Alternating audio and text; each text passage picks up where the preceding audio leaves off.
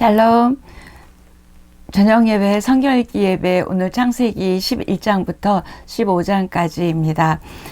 1장부터 11장까지를 원역사라고 하죠. 그러니까 세계사 정체를 볼 수 있는 그런 원역사입니다. 원역사에서 네 가지 키워드, 창조가 있었죠. 그 다음에 타락이 있었고, 홍수가 있었고, 바벨탑입니다. 오늘 바벨탑 사건까지 11장까지가 원역사입니다. 바벨의 의미는 혼돈, 흩어짐 이런 의미입니다. 11장 1절부터 4절에 보면 온 땅의 언어가 하나요 말이 하나였더라. 이에 그들이 동방으로 옮기다가 시날 평지를 만나 거기 거류하며 성읍과 탈을 건설하여 하늘에 닿게 하여 우리 이름을 내고 온 지면의 흩어짐을 면하자. 이 1절부터 4절까지 여러 가지 생각해 볼 게 있는데요. 온 땅에 언어가 하나였다고 합니다. 언어라는 건 마음, 생각에서 나오는 거죠. 이게 전체 하나였다라는 의미는 전체 인간들이 이 죄 짓는 생각들이 하나였습니다. 어디로 갔냐면 시날 평지, 밑줄 그어주세요. 시날 평지에 바벨탑이 쌓여지게 됩니다. 이때 사람들이 왜 쌓았냐면 하늘까지 쌓아서 하늘에 닿게 하자. 우리 이름을 내고 온 지면의 흩어짐을 면하자. 결국 하나님께 닿게까지 또 우리 이름을 내려고 하는 여러 가지 인간의 죄성들이 담겨 있습니다. 바벨탑, 시날, 평지 잘 기억해 두십시오. 자신의 이름을 내기 위함이었다. 이건 뭐였냐면 흩어짐을 면하자는 거예요. 하나님이 없는 삶은 두렵습니다. 그래서 뭉쳐서 자기들이 그 두려움을 이겨내려고 하는 시도가 지금 바벨탑입니다. 왜 이들이 흩어짐을 면하려는 이런 걸 했냐면 좀 전에도 말씀드린 그 두려움 때문도 있고요. 가인이 성을 쫓겨났을 때 성을 쌓아서 자기를 보호하려고 했잖아요. 그랬던 것처럼 인간은 죄가 있으면 본능적으로 자기를 보호하려고 하는 것이 지금 바벨탑의 시작입니다. 성읍과 탑을 건설하기 시작했다. 하나님의 통치에 대한 도전입니다.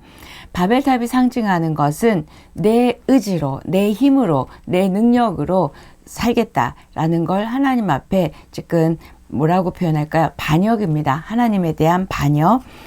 우리의 인간의 본성, 죄성은 사실 교만이잖아요. 창세기 3장의 타락도 사실은 본성에서, 교만에서 나온 거거든요. 그러니까 하나님 없는 인간의 교만은 하늘에 닿아서 어디 하늘까지 가보자. 뭐 이런 의미로 지금 이야기했는데 이게 사단의 본성이죠. 하나님 이기려고 하고 하나님 되려고 하고 사단의 본성이 지금 이 인간 안에 있음을 이 바벨탑을 설명하면서 나오고 있습니다. 저 여러분은 우리 삶 속에 또 내 내면 속에 바벨의 요소가 참 많습니다. 하나님의 영광이라고 말하지만 내 이름을 내려고 하는 것도 많고요.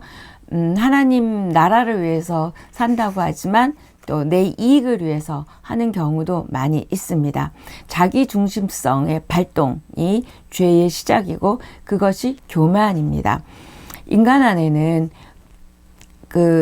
인간의 처음에 아담의 죄 이후로 우리 안엔 하나님을 거부하고 내가 주인이 되려고 하는 그런 본능적인 욕구가 있습니다. 그 욕구가 바로 바벨탑으로 드러나게 된 것이고요. 그 결과는 선악과를 먹은 인간의 교만입니다. 창세기 11장을 통해서 죄에 물든 인류는 이 하나님께서 흩으실까봐 이 두려움 때문에 흩어짐을 면할 수 있으면 우리가 하나님 외에 다르게 살 수 있다. 이런 어떤 하나님을 제외한, 하나님을 배제한 이런 인간의 죄성. 그런데 우리가 하나님 안에 있고 성령 안에 있으면 하나님의 이름을 높여드리고 하나님의 이름을 내고 싶고 교회 자랑, 하나님 자랑 하고 싶거든요. 그리고 우리가 서로 모이기를 힘쓰고 하나님 앞에 연합하고 싶은 마음이 있습니다. 그런데 죄 가운데 있으면 내 이름을 내고 싶고 모이기보다는 이런 나를 위한 것들이 되어짐을 보게 됩니다. 저와 여러분도 하나님을 주인으로 모시고 살아가기보다는 내가 주인일 때가 많죠. 내 삶의 주인으로 우리 하나님을 모시고 순종하는 삶을 살아가는 저와 여러분이 됐으면 좋겠습니다. 창세기 11장에서 바벨탑은 그때 무너지지 않았고 하나님께서 그냥 언어를 혼잡하게 하셔서 흩어지게 했다 그래요. 무너뜨렸으면 좋았을 것을 무너지지 않았습니다. 그래서 그런지 지금도 저와 여러분은 바벨탑을 쌓고 있습니다. 그런데 이거 하나님이 흩으시면 아무것도 아닌 메시지가 들어 있습니다. 이 바벨탑에서 나온 이 바벨이라는 단어에서 나중에 실제로 바벨론이라는 나라가 나오게 되고요. 성경에 나오는 바벨론은 세상 나라를 말합니다. 훗날 여자의 후손 예수 그리스도로 의하여 무너질 세상 나라를 말하는 게 바벨론입니다. 10절부터 이제 셈의 족보와 데라의 족보가 나오게 됩니다. 갑자기 또 족보가 나오는데 이번에는 셈의 족보, 데라의 족보. 왜 데라의 족보가 나올까요? 데라에서 이제 아브라함이 나오기 때문에 11장 뒷부분에 이렇게 아브라함이 나올 것을 준비하고 있습니다. 데라의 족보로 그걸 우리가 알 수 있는 건 그러니까 아브람이겠지만 아브람이 벼랑간 튀어나온 게 아니라 이렇게 하나님이 아브람을 준비시키시고 인류의 제약이 어떻게 이렇게 흘러갔는지를 우리가 또 족보를 보면서 알 수 있습니다. 아브람의 족보, 셈의 후손의 족보이기도 하고요. 그 다음에 아브라함이 나온다. 그 족보는 항상 그 족보의 흐름의 끝에 성경에서 지금 두각을 나타내고 말하려고 하는 사람이 나오는데 지금 11장에서는 아브라함이죠. 데라와 아브라함까지 10대의 족보가 나오게 됩니다. 데라가 70세에 아브라함을 낳았고요. 아브라함이라는 뜻은 존귀한 아버지라는 뜻이에요. 그런데 나중에 아브라함으로 바뀌면서 열국의 아비가 되죠. 존귀한 아버지였다가 이제 열국의 아버지로 바뀌는 아브람입니다. 하나님은 잃어버린 그 사단의 인간의 죄 때문에 잃어버린 하나님의 나라를 회복하시는 구체적인 일을 한 사람을 준비시킴으로 시작하고 있습니다. 누구요? 아브람. 그래서 인류의 범죄 현장 바벨탑을 쌓았던 그곳에서 하나님이 한 인간을 부르세요. 참 신기하죠. 죄가 있고 그 땅에서 사람을 불러내십니다. 그래서 하나님 나라를 다시 시작하시죠.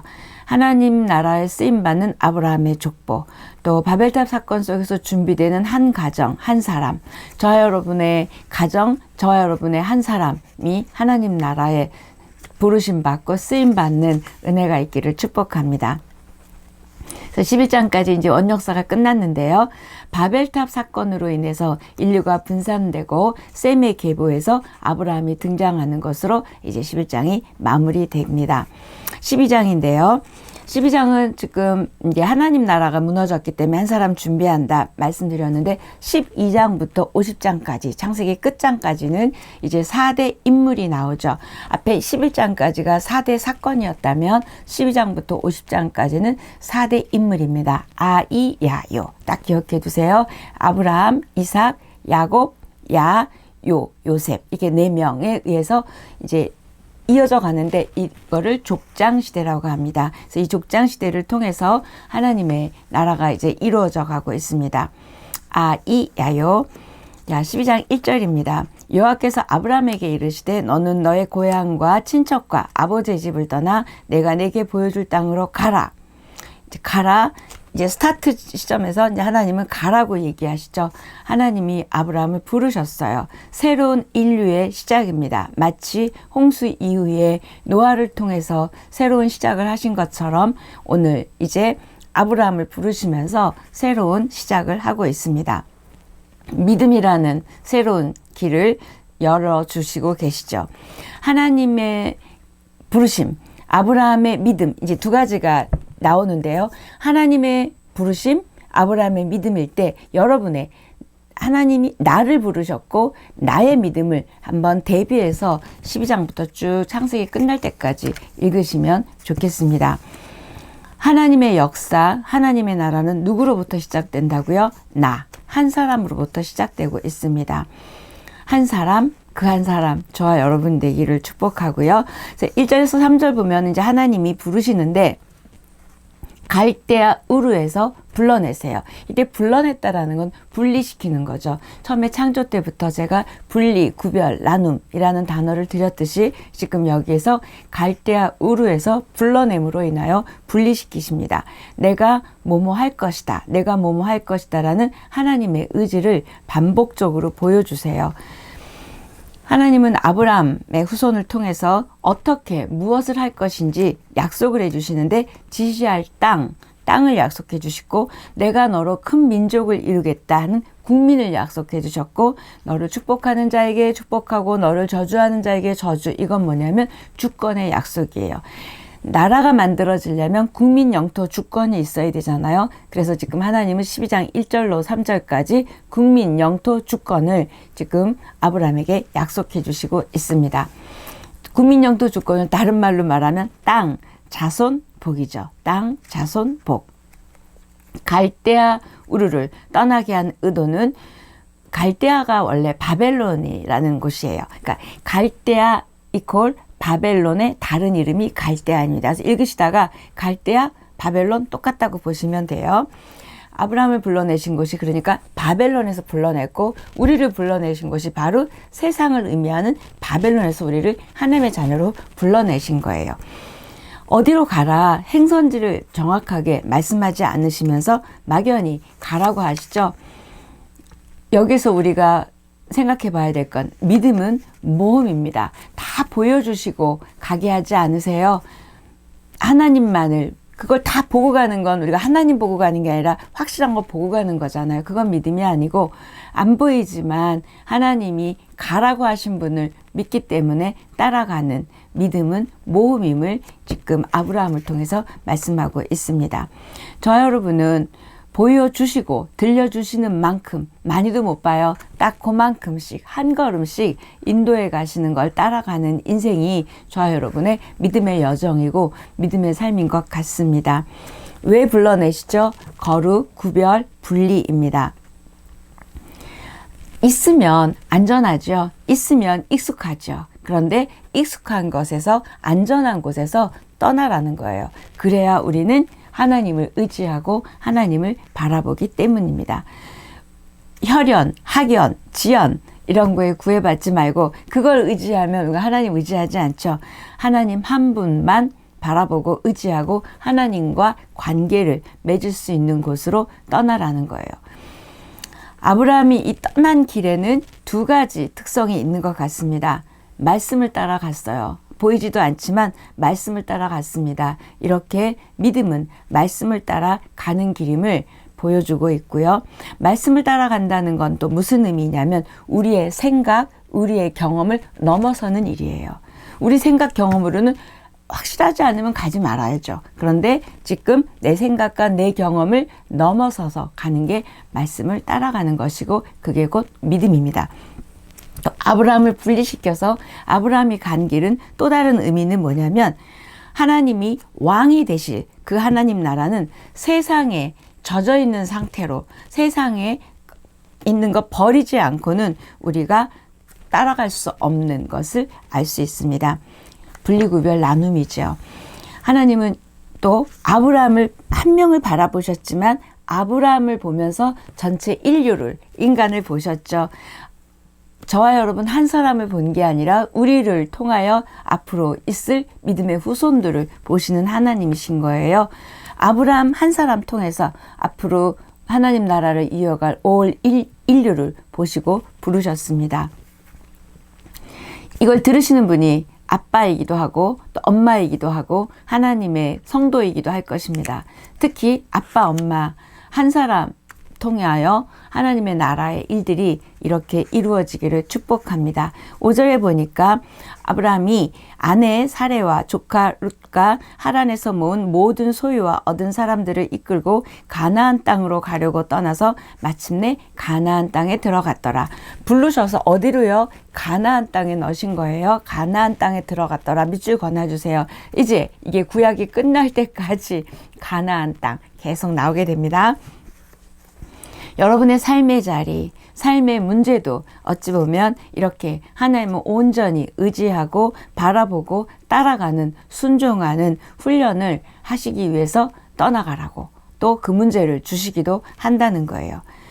아브라함이 이제 가나안 땅에 도착했어요. 가나안 땅 어디에 도착했냐면 세겜에 도착했습니다. 세겜에 도착해서 제일 먼저 한 건 당연히 예배를 드렸겠죠. 그래서 단을 쌓고 여호와의 이름을 불렀다. 그건 예배를 드렸다입니다. 10절에 보니까 갔는데 그 땅에 기근이 든 거예요. 하나님이 가라고 하시는 땅을 가도 믿음의 삶을 살아도 이렇게 기근이나 어려움들이 있을 수 있다는 거예요. 하나님이 가라고 했다고 해서 믿음을 생활을 한다고 해서 꽃길만 가지는 않는 걸 지금 볼 수 있습니다. 근데 이 문제가 있으면 하나님과 그 자리에서 해결을 해야 되는데 아브라함이 기근을 피해서 애굽으로 내려가게 됩니다. 하나님이 가라고 하지 않았는데 애굽으로 가죠. 내 방법으로 내 생각으로 이 문제를 해결하려고 지금 기근을 피하여 갑니다. 여러분은 여러분의 당면 문제를 어떻게 해결하시는지요? 우리는 어떤 문제가 딱 발생하면 자기 중심성이 발동합니다. 내 생각과 내 경험들이 발동하게 되죠. 하나님 말씀과 하나님 뜻보다는. 그러더니 아니나 다를까 그렇게 가니까 또 다른 실수를 하게 되죠. 아내를 누이라고 거짓말을 하게 됩니다. 그 땅에 있는 남자들이 이뻤었나 봐요. 사례가. 그러니까 내 누이라고 이야기합니다.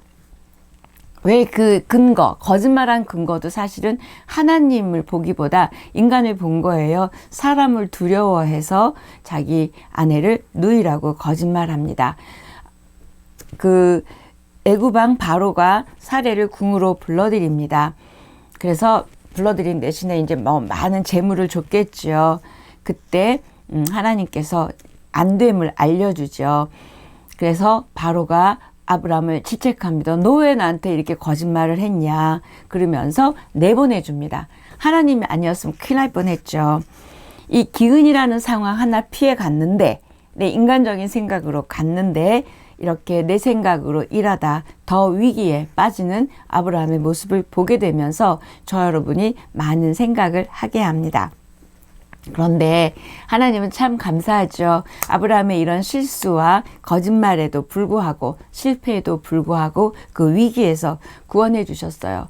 하나님께서 이렇게 택한 자는 끝까지 보살펴 주시고 구원해 주시는 하나님의 사랑을 보게 됩니다. 하나님의 말씀에서 떠날 때 우리는 어려워지고요. 하나님보다 사람을 더 두려워할 때 어려워지는 걸 보게 되고요. 또 어떤 문제가 있을 때 하나님의 방법보다 인간적인 방법으로 해결하려고 할 때 어려워지는 모습을 이 사건 하나를 통해서 우리가 보게 되죠. 13장입니다. 아브라함이 애굽에서 이제 내보냈잖아요. 그래서 나왔어요. 나와서 네겝으로 갔다가 네겝에서 이제 가나안의 베델에 도착합니다. 거기 밑줄 그어주세요. 2절에 보니까 애굽에서 나온 아브라함에게 육축과 은금이 풍부하였다. 신기하죠? 아까 기근이 들어서 내려갔었는데 어떻게 돌아왔는데 어떻게 육축이 풍부할까요? 금은까지. 하나님께서 나올 때 그 애굽 왕이 뭘 많이 줬어요. 뭘까요? 위기를 축복으로 바꿔주셨고 도리어 아무것도 없던 아브라함과 그 일당들을 뭔가를 이렇게 많이 주셨습니다. 위기는 축복의 기회입니다. 힘들고 어려운 상황 가운데 계시는 지금 우리 모두가 사실 그렇죠. 하나님께서 이 위기를 축복으로 바꿔주는 은혜가 저 여러분에게 있고 그것을 목도하는 우리의 믿음이 되기를 축복합니다. 그래서 지금 아브라함은 많은 부자가 됐어요. 그래서 베델에서 4절에 보니까 제단을 쌓았습니다. 그리고 거기서 여호와 이름을 불렀더라. 밑줄 여호와 이름을 불렀더라는 뭘까요? 예배 드렸더라. 하나님을 이제 모시게 된 거죠. 정말 믿게 된 거죠. 아브라함과 롯의 소유가 많아지니까 이제 재산이 각각 많아지니까 서로 같이 있기가 불편해진 거예요. 그 정도로 많아졌어요. 그래서 아브라함의 부하들과 그다음에 롯의 부하들이 서로 막 갈등을 일으키니까 아브라함이 우리 나누자, 떨어지는 게 좋겠다 이야기할 때 아브라함이 네가 먼저 좋은 데 가. 그러면 조카가 아니에요. 먼저 선택하세요. 그래야 되는데 이 롯이 네, 자기 눈에 보기 좋은 여기를 딱 택하게 됩니다. 이때 아브라함은 양보하죠. 이런 버르장머리 없는 놈 하지 않고 양보해 줍니다. 9절에 이렇게 얘기하죠. 내 앞에 온 땅에 있지 아니하냐 나를 떠나가라. 네가 좌하면 나는 우하고 네가 우하면 나는 좌하리라.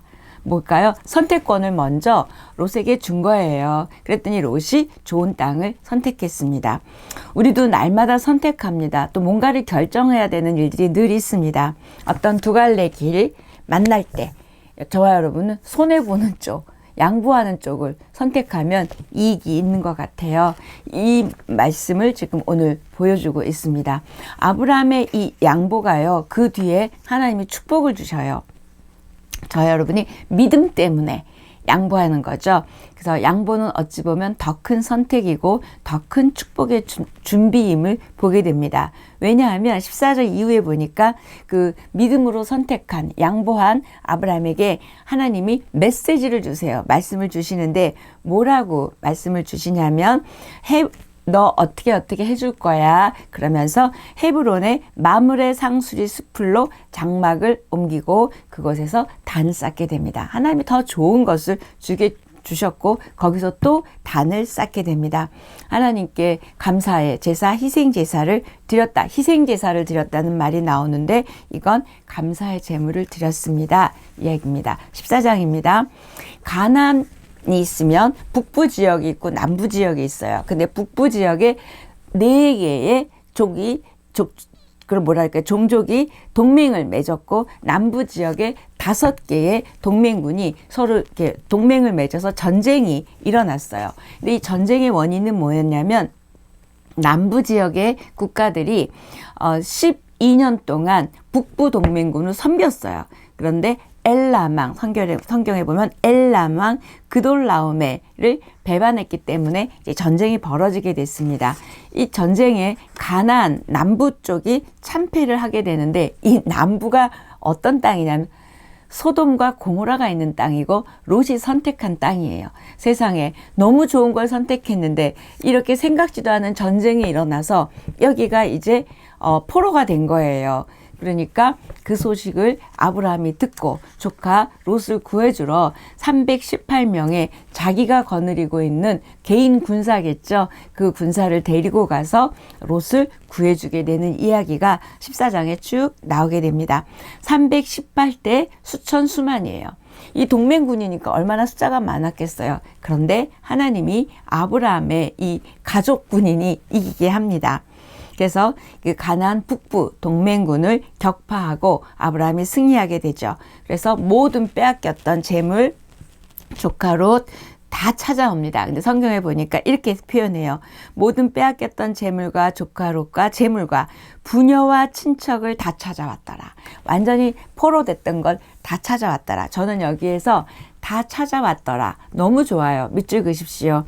우리 하나님이 개입하시고 하나님이 도와주시면 이렇게 사단이 또는 어떤 일들이 빼앗기게 했던 것들을 능히 이기고 다 찾아오는 것이 우리의 인생임을 말씀하고 있습니다.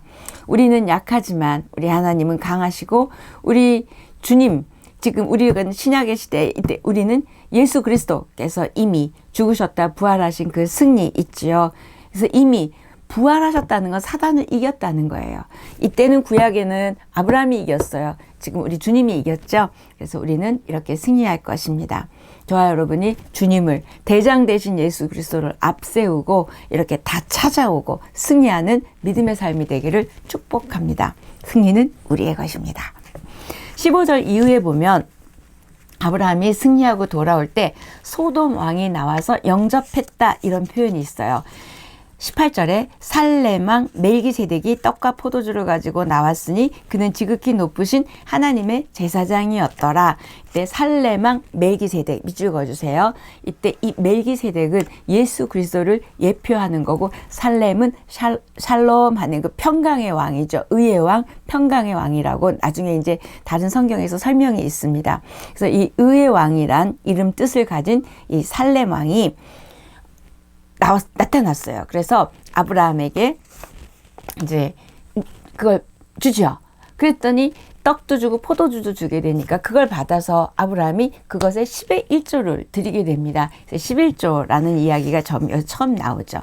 그리고 나중에 멜기세덱이 사용한 이 빵과 포도주는 나중에 예수 그리스도께서 제정하신 성찬식에 사용된 빵과 포도주도 같은 맥락으로 해석하는 신학자들이 많고요. 그리스도의 살과 피로 해석하는 해석도 있습니다. 자, 연결이 되죠. 자, 멜기세덱이 아브라함에게 복 주시고 축복하게 됩니다. 하나님을 찬송할지로다 하매 아브라함이 그 얻은 것에서 10분의 1을 멜기세덱에게 드렸다 이야기합니다. 15장입니다. 15장 318명을 데리고 돌아왔는데 갑자기 북방의 왕들이 다시 많은 군인을 끌고 내려오면 어떡하지? 라는 두려움이 아브라함에게 생겼어요. 그때 하나님이 벌써 아브라함의 마음을 아시고 1절 이렇게 말씀하십니다. 아브라함아 두려워하지 말라. 나는 내 방패요 너의 지극히 큰 상급이니라. 이렇게 아브라함에게 말해줬어요. 그랬더니 아브라함이 하나님께 이렇게 말합니다. 주 여호와여 무엇을 내게 주시려 하나이까? 나는 자식이 없사오니 나의 상속자는 엘리에셀입니다. 이러니까 아니야. 네 몸에서 날짜가 네 상속자지 지금 네 그 종 엘리에셀이 아니야. 그런 의미로 말씀하시면서 이 아브라함을 통해서 나올 후사의 범위가 어디까지인지 보여주시는데 하늘에 무뼈를 셀 수 있나 봐라. 그리고 데리고 나가서 보여주시면서 많은 이제 아브라함을 통해서 나올 민족에 대한 언약을 확인시켜 주십니다. 6절입니다. 아브라함이 여호와를 믿으니 여호와께서 이를 그의 의로 여기시고 15장에서 너무너무 중요한 절에 밑줄 그시고 형광펜 그시고 막 그셔야 돼요. 이때 여기서 아브라함이 여호와를 믿으니 동그라미 그 다음에 여호와께서 이를 그의 의로 여기시고 의 믿음은 의 믿었기 때문에 의인이 된 거예요. 지금 우리는 어떻게 되죠? 예수 그리스도로 인하여 의인이 됐죠. 지금 구약이죠. 창세기에서는 믿었더니 의 성경 전체에서 의라는 단어가 처음 나온 것이 15장 6절입니다. 여호와를 믿었더니 무슨 말? 별을 보여주면서 네가 이렇게 많은 자손이 생길 거야. 그걸 믿었더니 의로 여겨주셨대요. 이때 여겨주셨다는 건 뭐예요? 실제 의가 아니에요. 그런데 의로 의가 있는 걸로 간주해 주셨다. 이런 이야기입니다. 실제로는 사실 죄인이지만 의로운 자로 인정해 주신 거예요. 인정해 주신 게 의로 여겼다. 의라는 단어가 처음 썼습니다. 잘 기억해 두십시오. 의는 사실은 어떤 행위나 어떤 뭔가를 잘해서 주는 게 아니라 하나님과의 관계죠. 그 관계가 뭐죠? 믿음이요. 이 믿음으로 의가 되고 의인이 됨을 지금 창세기 15장은 말하고 있습니다. 저 여러분도 예수 그리스도를 믿으니까 의가 됐고 그다음에 의인이 됐잖아요. 그게 지금 창세기 15장에서 이렇게 시작이 됐습니다. 로마서 5장 1절 말씀이 생각이 나는데 우리가 믿음으로 의롭다함을 받았은즉 우리가 믿음으로 의롭다함을 얻었은즉 이제 하나님과 어떻게 누리자? 화평을 누리자. 우리는 이렇게 의가 된 거예요. 그래서 예수 그리스도로 말미암아 하나님으로 더불어 화평을 누리자. 의입니다. 7절에는 하나님께서 아브라함이 갈대아 우르에 있을 때 왜 불러주셨는지 그때 왜 갈대아 우르에서 불렀는지 이유가 7절에 나옵니다. 내가 이 땅을 너한테 주어서 네 거를 네 소유로 삼게 해주려고 부른 거야. 그렇게 7절에 이야기하시죠. 우리를 왜 부르셨을까요? 우리에게 영적인 가나안, 하나님의 나라를 주시기 위해서 우리를 부르신 거예요. 아멘. 그냥 부르시지 않고 목적이 반드시 있습니다. 우리를 죄의 자리에서 불러내신 하나님의 목적을 신뢰하고 기대합니다. 믿었더니 천국 가게 하려고 그거 이상의 하나님의 목적과 계획이 있죠. 8절입니다. 그 말을 듣더니 아브라함이 하나님에 대해서 그래요? 하나님 그러면 증표를 보여주세요. 증표를 요구합니다. 아브라함이 믿음이 없진 않아요. 믿음 있다고 의로 여겨주셨잖아요. 확실히 받고 싶었겠죠. 그랬더니 하나님이 그래? 그러면 준비를 해라. 3년 된 암소, 3년 된 암염소, 3년 된 수량, 산비둘기, 집비둘기를 준비해라. 그 언약을 뭐 증표를 보여주세요 했더니 이런 제사 지낼 때 필요한 준비를 하라 그러십니다. 이때 11절 솔개가 그 사체 위에 내릴 때에는 아브라함이 쫓았더라. 이 얘기는 뭐냐면 지금 자기가 잘 준비한 예물이 있는데 솔개가 이 동물들을 보고 휙 내려오는 거예요. 그러니까 아브라함이 이렇게 쫓아냈다는 거예요. 왜요? 아브라함은 이 준비한 예물이 하나님께 정결하고 깨끗하고 아무도 못 건드리는 그런 좋은 걸 올려드리고 싶었던 아브라함의 믿음입니다. 정성입니다. 우리도 하나님께 이런 마음으로 삶을 드리고 시간을 드리고 예물을 드리면 좋겠습니다. 하나님이 그걸 이제 받으시고는 이렇게 얘기합니다.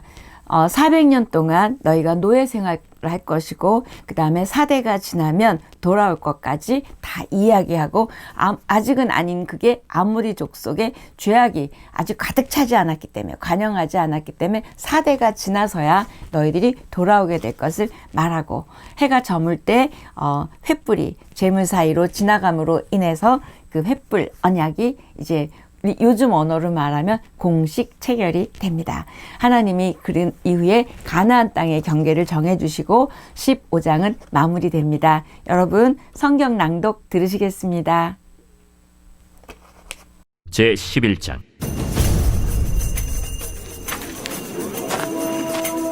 온 땅의 언어가 하나요 말이 하나였더라.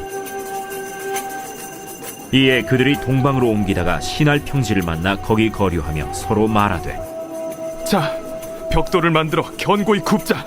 이에 벽돌로 돌을 대신하며 역청으로 진흙을 대신하고 자, 성읍과 탑을 건설하여 그 탑 꼭대기를 하늘에 닿게 하여 우리 이름을 내고 온 지면에 흩어짐을 면하자. 여호와께서 사람들이 건설하는 그 성읍과 탑을 보려고 내려오셨더라.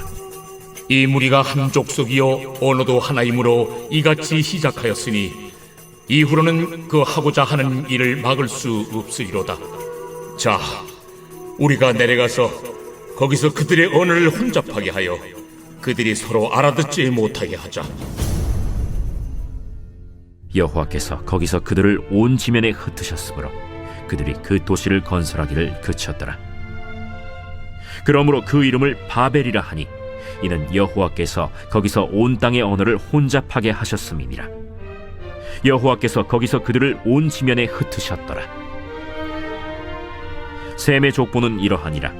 셈은 100세 곧 홍수 후 2년에 아르박삿을 낳았고 아르박삿을 낳은 후에 500년을 지내며 자녀를 낳았으며 아르박삿은 35세에 셀라를 낳았고 셀라를 낳은 후에 403년을 지내며 자녀를 낳았으며 셀라는 30세에 에벨을 낳았고 에벨을 낳은 후에 403년을 지내며 자녀를 낳았으며 에벨은 34세에 벨렉을 낳았고 벨렉을 낳은 후에 430년을 지내며 자녀를 낳았으며 벨렉은 30세에 르우를 낳았고 르우를 낳은 후에 209년을 지내며 자녀를 낳았으며 르우는 32세에 스룩을 낳았고 스룩을 낳은 후에 207년을 지내며 자녀를 낳았으며 스룩은 30세에 나홀을 낳았고 나홀을 낳은 후에 200년을 지내며 자녀를 낳았으며 나홀은 29세에 데라를 낳았고 데라를 낳은 후에 119년을 지내며 자녀를 낳았으며 데라는 70세에 아브람과 나홀과 하란을 낳았더라. 데라의 족보는 이러하니라. 데라는 아브람과 나홀과 하란을 낳고 하란은 롯을 낳았으며 하란은 그 아비 데라보다 먼저 고향 갈대아인의 우르에서 죽었더라. 아브람과 나홀이 장가들었으니 아브람의 아내의 이름은 사레며 나홀의 아내의 이름은 밀가니 하란의 딸이요 하란은 밀가의 아버지이며 또 이스가의 아버지더라. 사레는 임신하지 못함으로 자식이 없었더라. 데라가 그 아들 아브람과 하란의 아들인 그의 손자 롯과 그의 며느리 아브람의 아내 사레를 데리고 갈대아인의 우르를 떠나 가나안 땅으로 가고자 하더니 하란에 이르러 거기 거류하였으며 데라는 나이가 205세가 되어 하란에서 죽었더라.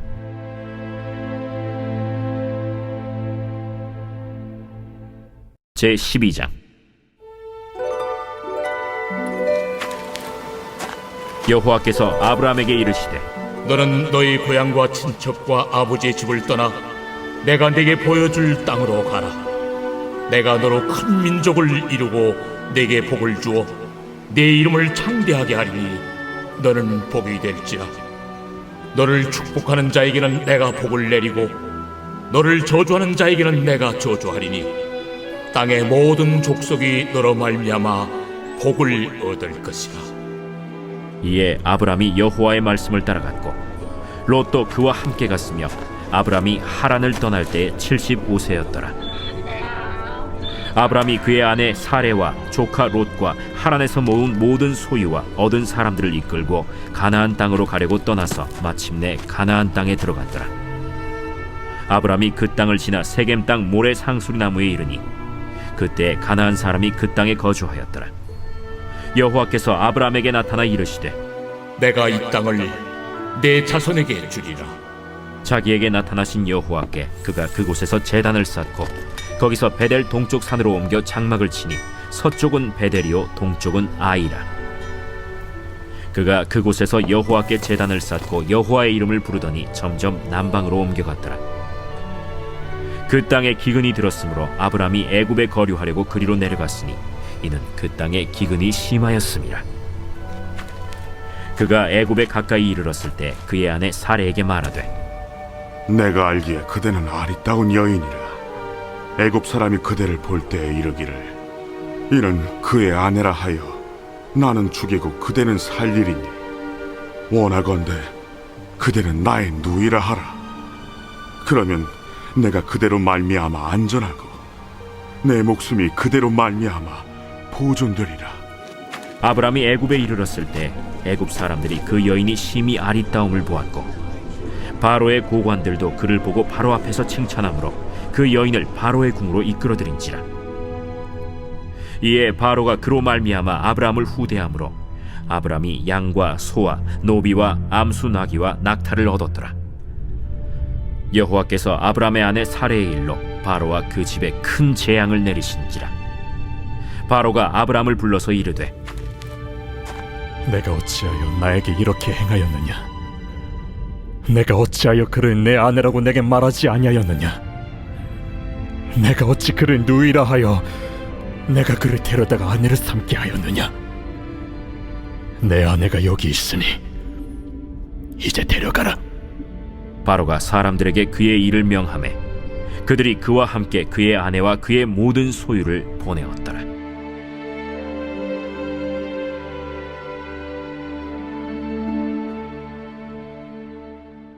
제13장.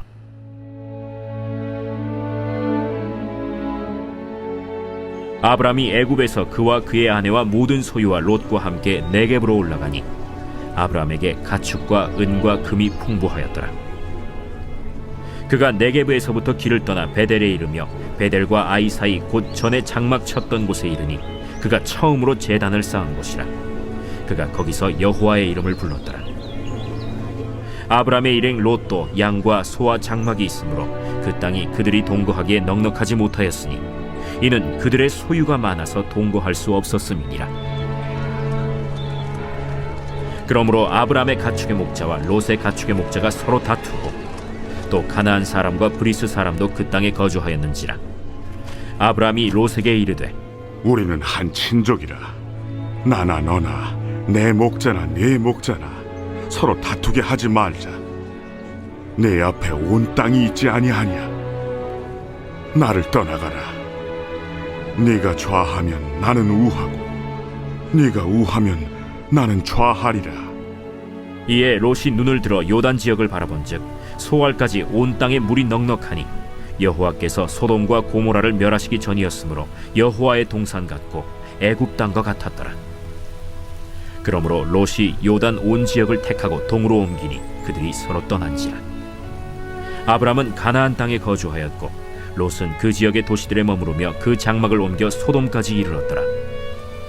소돔 사람은 여호와 앞에 악하며 큰 죄인이었더라. 롯이 아브람을 떠난 후에 여호와께서 아브람에게 이르시되 너는 눈을 들어 너 있는 곳에서 북쪽과 남쪽 그리고 동쪽과 서쪽을 바라보라. 보이는 땅을 내가 너와 네 자손에게 주리니 영원히 이르리라. 내가 네 자손이 땅에 티끌 같게 하리니 사람이 땅에 티끌을 능히 셀 수 있을진데 네 자손도 세리라. 너는 일어나 그 땅을 종과 횡으로 두루 다녀보라. 내가 그것을 네게 주리라. 이에 아브람이 장막을 옮겨 헤브론에 있는 마므레 상수리 수풀에 이르러 거주하며 거기서 여호와를 위하여 제단을 쌓았더라.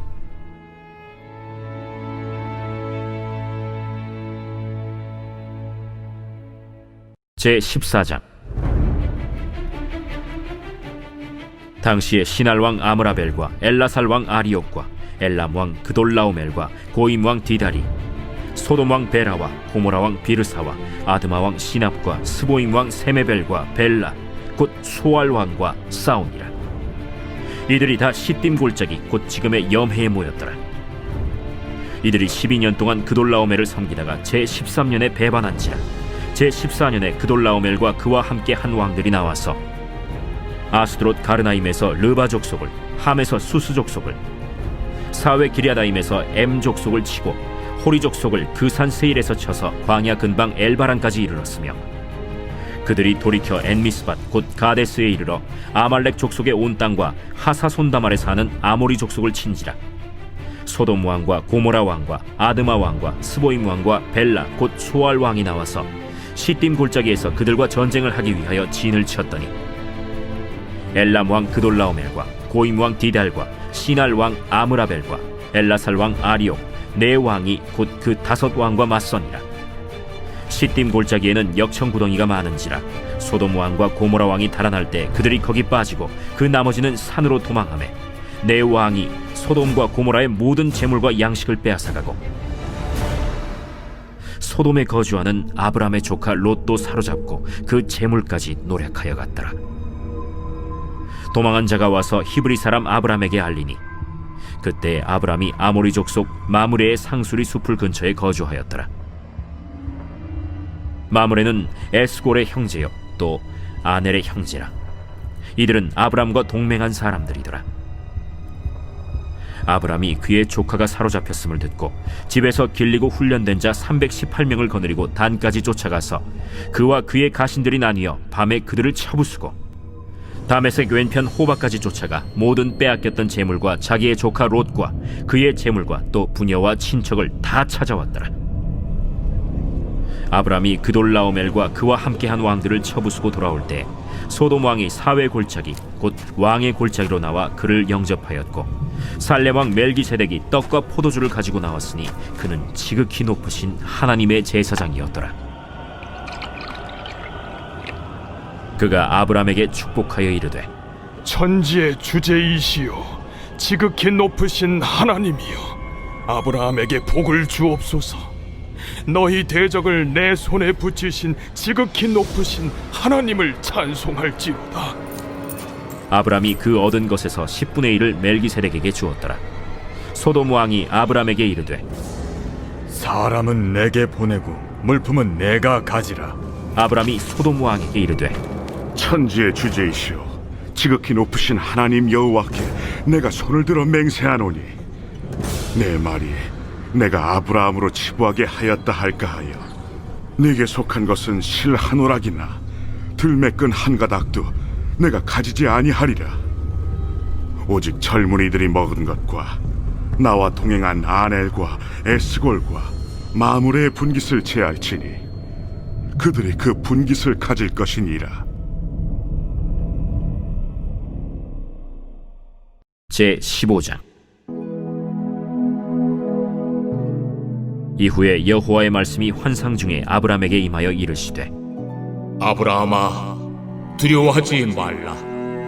나는 내 방패요 너의 지극히 큰 상급이니라. 주 여호와여, 무엇을 내게 주시려 하나이까?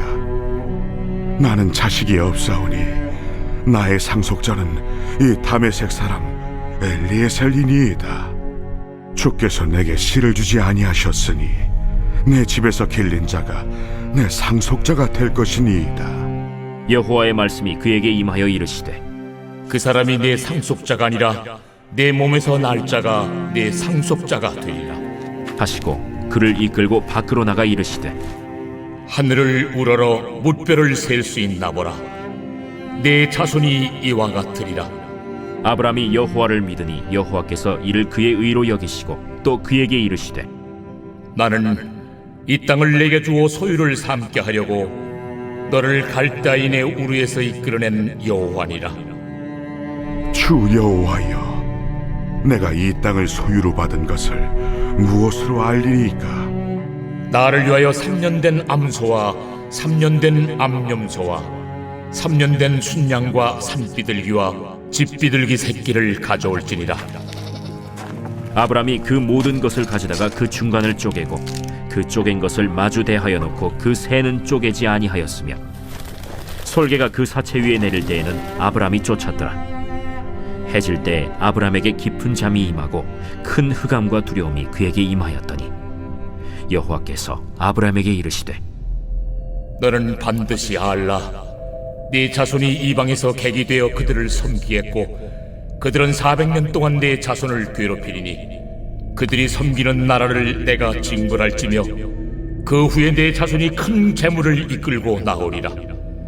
너는 장수하다가 평안히 조상에게로 돌아가 장세될 것이요 내 자손은 4대 만에 이 땅으로 돌아오리니 이는 아모리 족속의 죄악이 아직 가득 차지 아니함이니라. 해가 져서 어두울 때 연기 나는 화로가 보이며 타는 횃불이 쪼갠 고기 사이로 지나더라. 그날에 여호와께서 아브람과 더불어 언약을 세워 이르시되, 내가 이 땅을 애굽 강에서부터 그 큰 강 유브라데까지 네 자손에게 주노니 곧 겐 족속과 그니스 족속과 간문 족속과 헷 족속과 브리스 족속과 르바 족속과 아무리 족속과 가나안 족속과 기르가스 족속과 여부스 족속의 땅이니라.